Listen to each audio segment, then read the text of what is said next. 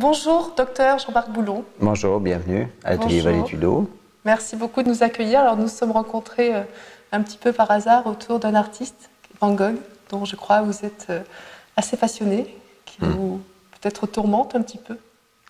Qui peut-être vous tourmente un petit peu. Qui me tourmente peut-être pas, qui m'interpelle et qui nous permet d'apporter un outil complémentaire de soins, relations avec les patientes qui sont actuellement prises en charge dans cet établissement, qui est la Maison de Santé Saint-Paul, parce que vous pensez bien que de peindre sous sa chambre les mêmes paysages qu'il a lui-même interprétés sont une nourriture, un outil fabuleux. D'une part, parce qu'il y a le support que sont cette nature et cette lumière provençale, et puis cette histoire du lieu et cette histoire de l'homme. Alors, pour situer, donc, nous sommes à Saint-Rémy-de-Provence, dans la maison de santé Saint-Paul de Manzolles, c'est ça? De Mosole. De Mosole, Saint-Paul de Mosole. Ça vient de mausolée. Qui veut dire exactement? C'est le mausolée des Julies, puisqu'à moins de 200 mètres de l'établissement, il y a une cité gallo-romaine qui s'appelle Glanum, et à l'entrée de la ville, il y a une espèce d'arc de triomphe et un mausolée, qui est le mausolée des Julies, la femme de César, qui fait que cet établissement s'est appelé autour d'une chapelle Saint-Paul, Saint-Paul de Mosole. Donc nous nous sommes rencontrés à l'occasion de cette association Conférence pour tous, qui vous a convié pour parler de Van Gogh, non seulement de l'artiste, de ses œuvres, de sa vie, de ses maladies, mais surtout de l'humain. Qui était-il? Je sais que ça peut être très difficile de dire ça en peu de temps, mais comment vous êtes imprégné de ce personnage? Ah bien, un être qui, tout d'abord, que l'on rencontre bien évidemment avec l'œuvre. Pourquoi cette œuvre elle a cette notoriété? Je pense qu'il faut plusieurs éléments. Il faut l'originalité, il faut le génie, il faut le promoteur. Il est évident que Jo, sa belle-sœur, la femme de Théo, a joué un rôle important. Ensuite, il y a un matériel unique qui est l'association des tableaux et des lettres. Parce qu'on parle souvent des lettres à Théo, mais il y a aussi les lettres à Émile Bernard, à sa mère et à d'autres. Et on a l'expression écrite et picturale d'un vécu qui touche, qui provoque l'empathie et qui, à un moment donné, a dépassé tout jugement, toutes les œuvres qui, j'ai envie de dire, la banalité. On est dans l'exception. Alors, on rencontre, comme beaucoup de gens, j'ai rencontré, comme beaucoup de personnes, l'œuvre et puis des modèles que l'on a à reproduire dans les ateliers, quand on est gosse, quand on est à l'école, puis dans des écoles d'art auxquelles j'ai participé. Et puis progressivement, on se dit, mais c'est l'être, mais c'est incroyable, c'est de la philosophie, c'est des réflexions, c'est l'éthique, c'est incroyable. Et comment vous les avez ressentis? Est-ce que vous les avez ressentis en tant que médecin psychiatre ou en tant que passionné? Là, j'avance doucement. Je suis encore étudiant seulement quand je découvre cette association des lettres. Et puis, après, je deviens psychiatre. Alors, il est évident que c'est pas par hasard qu'on a le plaisir ou la motivation, la passion de ce métier. Et on entend bien ou on ressent bien qu'il y a une souffrance derrière tout ça. Elle est exprimée de différentes façons, elle est ressentie.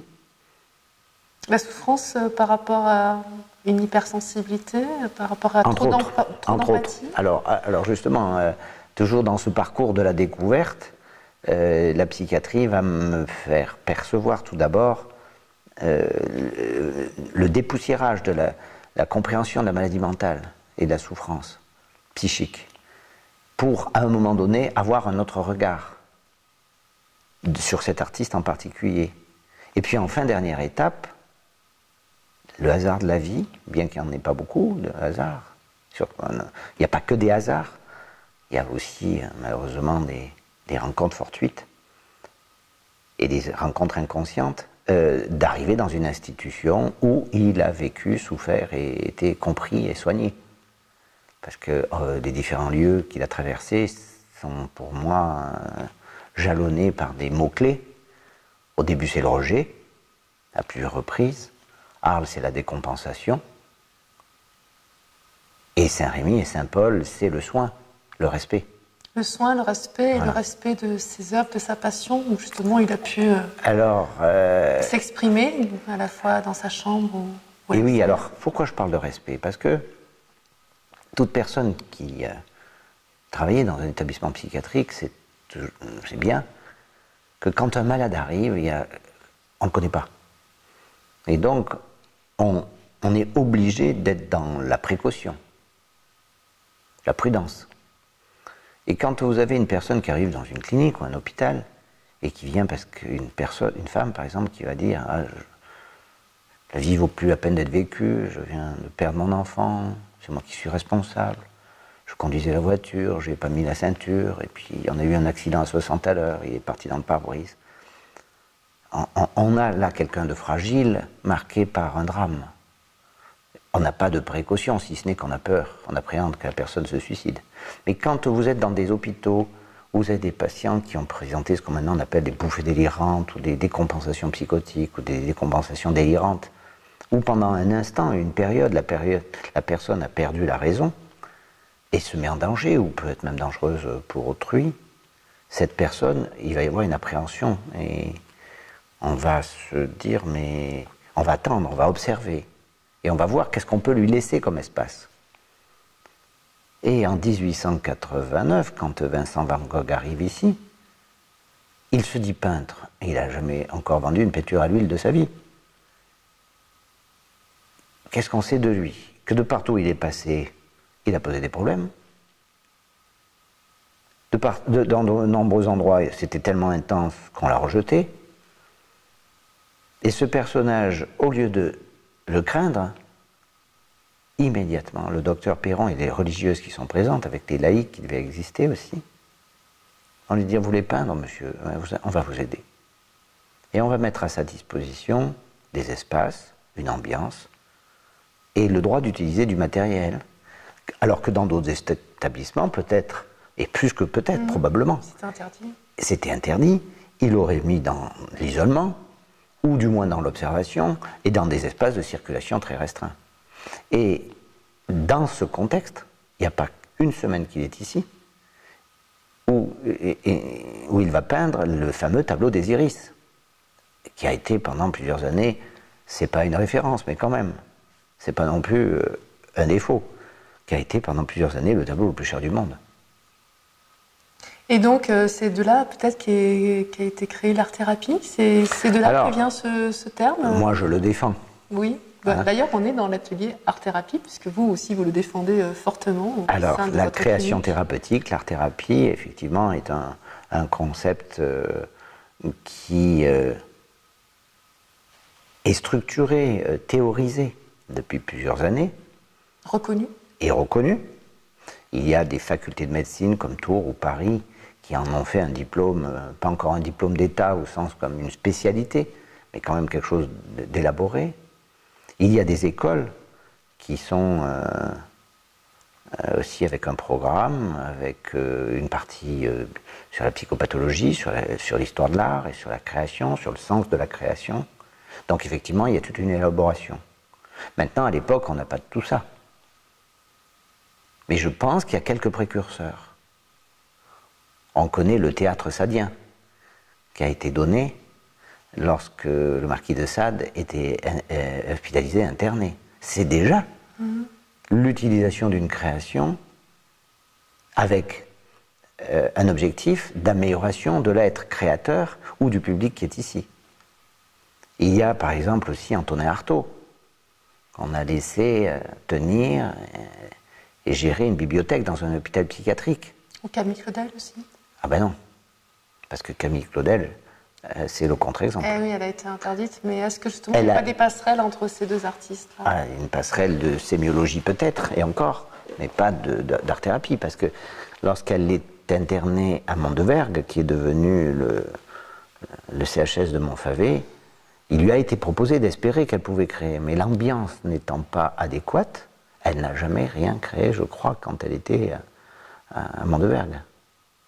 Alors que, je vous disais le troisième exemple, ça serait plutôt Vincent Van Gogh, où il va avoir non seulement ces espaces de création, mais aussi de mise à disposition d'une autre chambre qui était libre à l'époque, que le docteur Perron a mis à disposition de Van Gogh pour qu'il y stocke ses tableaux. Et puis après, l'accompagnement. Il a été accompagné par un gardien. Puis dans un troisième temps, autorisé à aller peindre à 1 heure de marche de l'établissement. Et puis enfin, avec des permissions beaucoup plus longues. Donc voilà. 53 semaines, je crois. 53 semaines à Saint-Paul.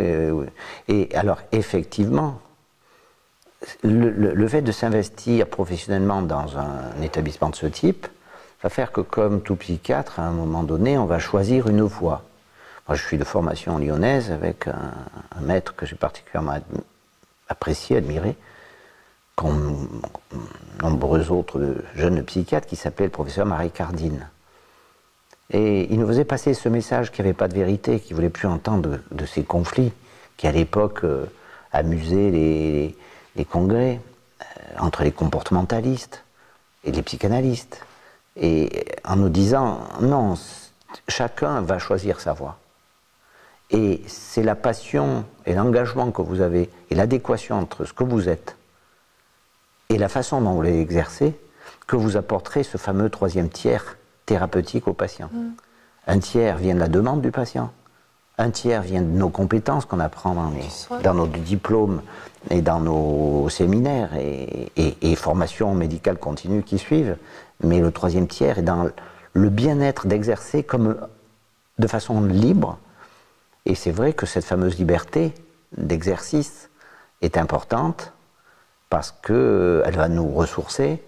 Et là, moi, j'ai choisi d'articuler ma passion pour l'art et la culture et de la mettre dans le projet de soins. Alors, de ce fait, je reviens à votre question initiale, c'est qu'effectivement, on peut, de façon très superficielle, dire il y a eu Van Gogh, on va peindre comme lui. Puis on peut aller plus loin. Donc, le fait d'approfondir, mais vraiment de façon pas addictive, mais avancée, des recherches que j'ai pu faire sur ce qui avait été écrit et en faire la synthèse m'a amené à pouvoir partager ces travaux avec de nombreux psychiatres pendant des années et d'extraire de ce fait l'analyse contemporaine. Parce qu'à une époque, on pense ça, peut-être que dans 30 ans, on pensera autre chose. Et justement, alors à travers cette analyse que vous avez réalisée sur ces œuvres-là, comment vous avez, si je puis dire, analysé par rapport au comportement de l'artiste et par rapport au comportement de l'être en lui-même? Vous avez pu voir une évolution, pardon de vous couper, mais est-ce que vous avez pu voir une évolution, un changement, une modification en fonction de son état de santé psychologique? Alors la façon dont il décrit sa vie dans ses écrits, et puis dans ceux qui ont parlé de lui, montre quand même qu'il y a une problématique initiale. Il a un fardeau, c'est de remplacer cet enfant mort-né 1 an avant lui, ce frère, qui s'appelle lui aussi Vincent Van Gogh et qui est mort, né le 30 mars 1852, et lui il va naître le 30 mars 1853. Et cet enfant était très souvent, ou plus que probablement, comme beaucoup d'enfants de remplacement, avec ce fardeau, je vous disais, de porter l'idéalisation parentale de l'enfant antérieur. Lui, il aurait bien travaillé à l'école, lui, il aurait bien rangé sa chambre, etc. Donc ça, c'est de partir dans la vie comme ça. Après, bon, il y a plusieurs systèmes éducatifs en fonction des périodes, des régions, des cultures. Certains sont plus normatifs, donc plus vers la sensibilité. On peut penser que le système éducatif parental de Van Gogh, avec un père protestant, très rigide aussi. On peut le craindre. On disait beaucoup plus intéressé par les repères de la raison que ceux de l'affection. Va quand même jouer un rôle. Et que cette personnalité, qui est Vincent, hyperesthésique, très sensible, vont créer des zones de tension. Et quelques éléments quand même interpellent. Lorsque le père décide qu'il devienne interne, à 11 ans, et d'arrêter ses études. Et puis d'interrompre sa scolarité à 16 ans. Et de dire maintenant tu vas aller travailler.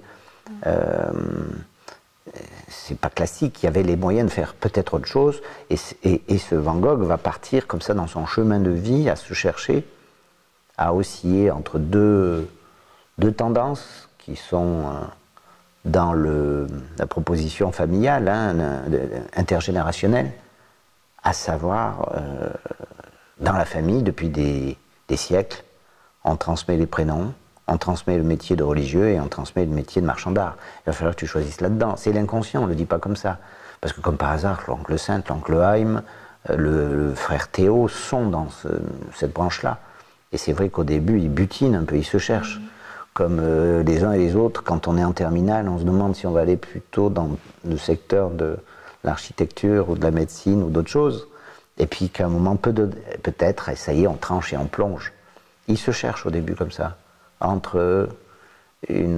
C'est pas une ambivalence, c'est une introspection. Avec peut-être le fait que oui, je vais être religieux, alors je vais essayer d'être pasteur, alors pour cela... En fait, il s'est cherché toute sa vie, finalement, quelque part, à la fois dans la religion ou à la fois avec ses émotions affectives, sa vie affective, sa fratrie. Oui, il s'est cherché comme peut-être on se cherche tous, sauf qu'à des moments donnés, on assume les voies qu'on a prises et on les enrichit. Certains sont obligés de changer. Lui, effectivement, puisque malheureusement, les femmes ne vont pas être des partenaires satisfaisantes. Quelques prostituées, quelques rejets de femmes, que ce soit les prostituées, c'est un petit peu l'Agostina Segatori, il y avait eu Sienne, il y a eu Rachel à Arles, et quant à celle avec qui il a tenté sa chance, que ce soit à Londres, que ce soit avec Yvonne Stricker, ou avec d'autres, c'est malheureusement un rejet, un échec. Donc oui, une recherche... alors, il va trouver une nourriture importante aussi avec la littérature. Il aime lire, il aime... et puis alors, il en parle dans ses lettres, j'ai envie de dire, là, comme certains auteurs contemporains qui vous citent des auteurs dans toutes leurs dissertations, dans toutes leurs... je pense à Fabrice Lucchini, par exemple, Lucchini. Ouais, il n'en était pas là, mais quand même. Il parlait avec une maîtrise. Alors comment il s'est éduqué finalement, Vincent Van Gogh, puisqu'il a arrêté ses études très tôt? Est-ce que c'est par rapport au fil de ses rencontres? Est-ce que c'est sa curiosité? Ses rencontres, je dirais, littéraires, parce que les rencontres intellectuelles, il n'est pas jalonné de discussions, il a eu une attirance pour son cousin Mauve, artistique par von Rappard, mais on ne peut pas dire qu'il a véritablement un parcours avec, je ne sais pas moi, comme nous on peut avoir sur un temps donné, avec des transmissions. Non, je pense c'est un autodidacte, parce que même dans les écoles d'art dans lesquelles il est passé, que ce soit l'école d'Anvers ou autre, il n'y est pas assidu. Non. Par contre, on va retrouver aussi une extraction de là, je dirais sur la période parisienne. Il va s'inspirer, puisqu'elle est caractéristique, après Nuenen, après Anvers, et qu'il arrive sur Paris, il va être très influencé par le clair-obscur de Rembrandt. Les autoportraits de l'époque et de nombreux tableaux sont sombres. C'est presque des clairs-obscurs, ces visages.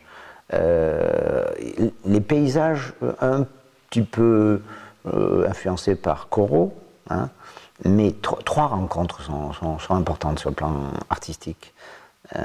C'est les japonaiseries, les estampes.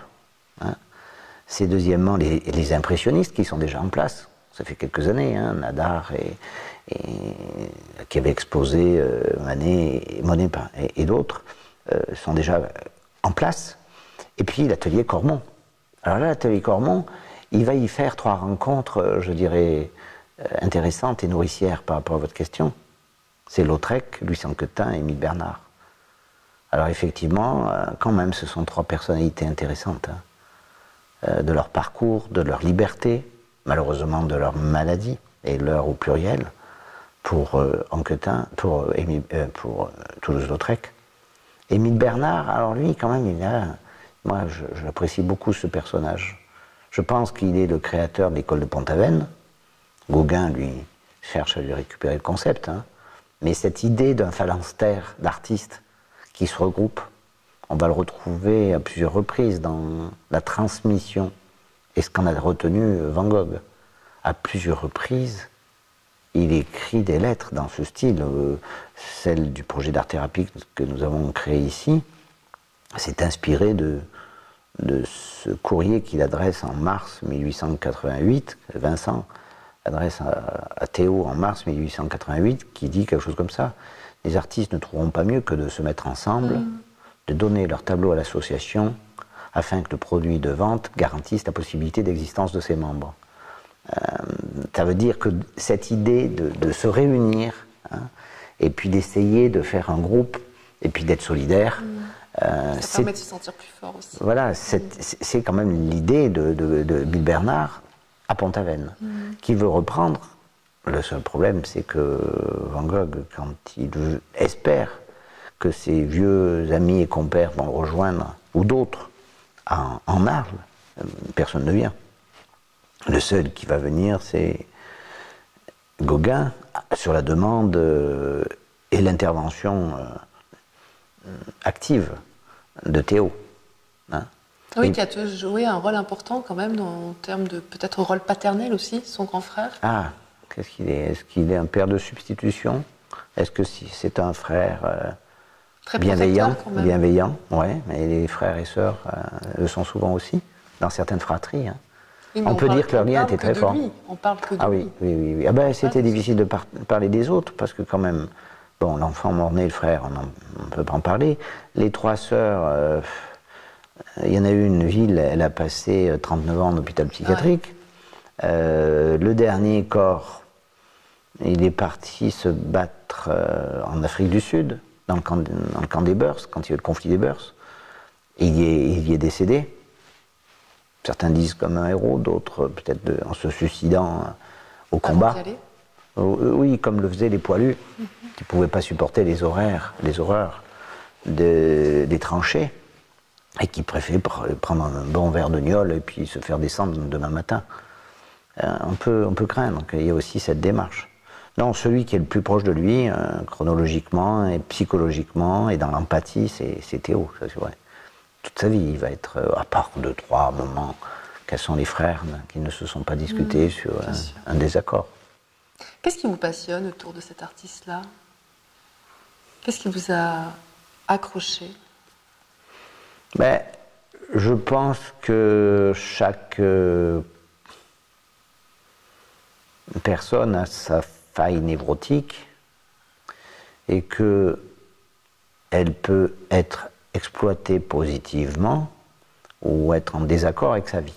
Les soignants, nous avons une particularité qu'on pourrait dire intéressante, mais aussi qui pour certains sont une faiblesse, mais qui sont, heureusement que cela existe, un besoin de société. C'est la tendance au soutien, la tendance à l'empathie. Il provoque cette empathie que nous soignons, nous avons. Peut-être que ce qui m'interpelle le plus chez lui, c'est qu'il est une passerelle entre... Il est universel. Hein, il va toucher les mamans, il va toucher beaucoup de gens. Et quand on voit cette personne qui veut aider, et malheureusement de façon maladroite, parce qu'on peut dire qu'il avait ce qu'on pourrait appeler un altruisme déréglé.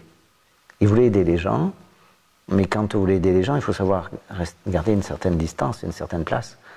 D'abord pour laisser l'autre libre, et puis de ne pas se faire dévoré par votre problématique ou votre désir. Et là, effectivement, il va trop loin. Alors on pourrait penser qu'effectivement, il essaie d'aider les autres, il essaie de rentrer en empathie parce qu'il n'a pas eu cette affection de ses parents. Est-ce que c'est aussi... les interprétations, oui, peut-être. On a tendance à tout de suite penser ça. Oui. Après, à quel moment c'est construit sa problématique? Le mieux, ça serait de pouvoir... Enfin, la seule façon cohérente d'y répondre, ça serait de l'avoir rencontré. Parce que, par exemple, prenons les lettres. Les lettres, on peut les prendre et les décortiquer. Mais attendez, il ne s'agit pas de lettres qui sont destinées à être analysées comme une sémiologie psychiatrique. Bien sûr qu'on peut les interpréter et dire là, ça veut dire ci, là, ça veut dire ça. Mais comme tout courrier, et à un moment donné, il peut y avoir un moment affectif qui est exprimé, un moment romantique, un moment dépressif, mais... Et pas intemporel. Mais pas... Oui, et puis, si par exemple, je veux évaluer votre état thymique de ce jour, vous allez me dire, parce que vous êtes face à un médecin, avec des mots qui vont traduire une intensité, sachant très bien qu'en fonction de ce que vous allez me dire, vous allez peut-être faire le bilan de cette semaine. Vous allez me dire, ces jours-ci, je suis triste. Ces jours-ci, je pleure souvent. Je ne dors pas. Et parce que ça dure depuis plusieurs jours, et par exemple, on dit dans les classifications contemporaines, comme les recommandations actuelles de l'HAS, dire qu'un état dépressif, pour qu'il existe, il faut qu'il y ait deux symptômes principaux, enfin, il y a des symptômes principaux et secondaires, il faut qu'ils existent par exemple depuis 15 jours. Alors là, oui, je suis triste, pratiquement de façon chronique, depuis 15 jours et je ne dors pas. Alors là, on va dire que cette personne, elle a un symptôme de la dépression. Mais si la nuit dernière, vous n'avez pas dormi, ou vous avez un coup de blues maintenant, vous allez peut-être exprimer ce coup de blues. C'est un cliché. Et tous les courriers sont des clichés de son vécu de l'instant où il les écrivait. C'est pour ça qu'il faut être prudent. Alors, si on essaye d'extraire le fil d'Ariane de tout ça, on va peut-être repérer des choses qui répètent et qui sont en lien avec telle histoire, tel moment de vie. Mais il faut être prudent. Et alors le pire, c'est l'interprétation des œuvres, on ne peut pas la faire. On peut dire oui, il y a une thématique, c'est vrai qu'on repère certaines choses, mais il faut être très prudent aussi. On va dire il y a des séries. Bon, il a peint à plusieurs reprises des tournesols, il en a fait 14. On va dire il a peint beaucoup de moulins de la Galette, à la butte Montmartre, ou des moulins de la butte, pardon. Après, on va dire il y a des personnages. Toute une période, là, Louise ont la main entre la tête entre leurs mains, avec le célèbre tableau Eternity's Gate, qui vient qui va être un prochain film, qui a tourné d'ailleurs ici Julian Schnabel, avec Willem Dafoe. Et hier soir, je réalisais, je me disais, tiens, c'est étonnant, Willem Dafoe, qui est remarquable, qui va être remarquable dans ce rôle de Van Gogh. Le film va sortir sûrement en 2018 ou 2019. C'est une exclusivité? Qu'il a été tourné? Là, que vous dites? Ah ben non, le film, il a été tourné ici, ça se sait. D'accord. Puisqu'il y a eu la recherche des figurants. Donc les figurants sont des patients à vous, je crois, c'est ça? Alors, ça, c'est une belle histoire aussi. Alors, c'est vrai que c'est la deuxième fois que j'arrive à imposer, grâce à un soutien institutionnel de la direction et puis des professionnels de l'établissement, à me positionner. Si vous voulez, j'ai une certaine chance, c'est qu'à un moment donné, quand on veut tourner un film dans un établissement sanitaire, il faut quand même deux autorisations. Le directeur, qui va une réglementation de sécurité, etc. Et puis le non-dérangement. Le non-dérangement du projet de soins. Parce que c'est pas parce qu'un directeur dit on peut tourner dans le bloc opératoire, parce qu'il est beau, si le chirurgien dit je regrette, ça me dérange et on opère, on va pas tourner. Il en est de même en psychiatrie.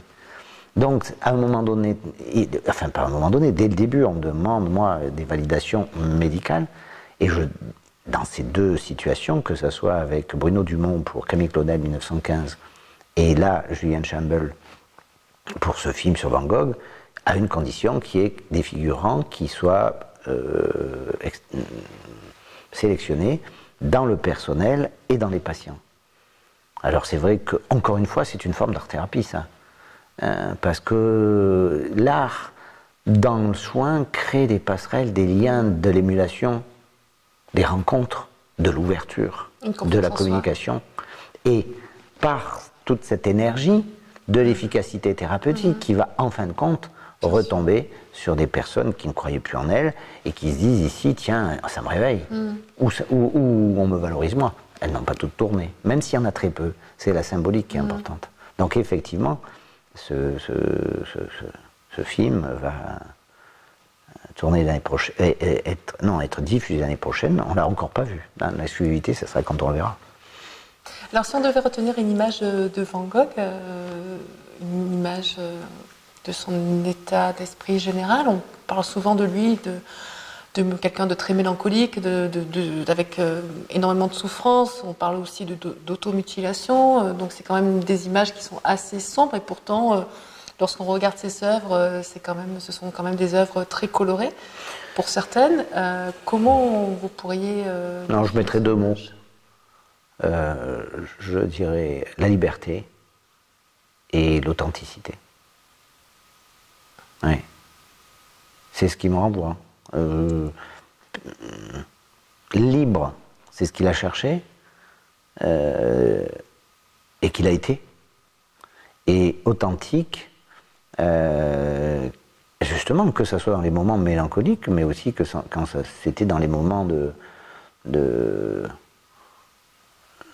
plaisir, de jouissance, de la couleur, de la lumière, ce qu'il recherchait. Hein. Et puis après, des moments difficiles. Tout le monde un jour a eu mal à la tête. Il a eu ces moments dysthymiques, on va dire, et probablement ces moments épileptiques, en alternance. Hein. Et puis, le temps fait que, par moments, d'autres parasites viennent se greffer. Et c'est ce qui s'est passé avec l'absinthe. Cette fée verte. La fée verte. Oui, oui. Elle aurait voulu être fidèle avec lui. Heureusement, je pense que le sevrage, c'est Saint-Paul, c'est Saint-Rémy. Le moment où il arrête sa consommation, c'est grâce à l'hospitalisation dans cet établissement. Merci beaucoup pour cette rencontre. Merci à vous. Merci beaucoup, docteur Jean-Marc Boulon. Merci beaucoup. Merci pour tous les patients et ceux qui écoutent ce que vous faites aussi. Merci beaucoup. Au revoir. Au revoir.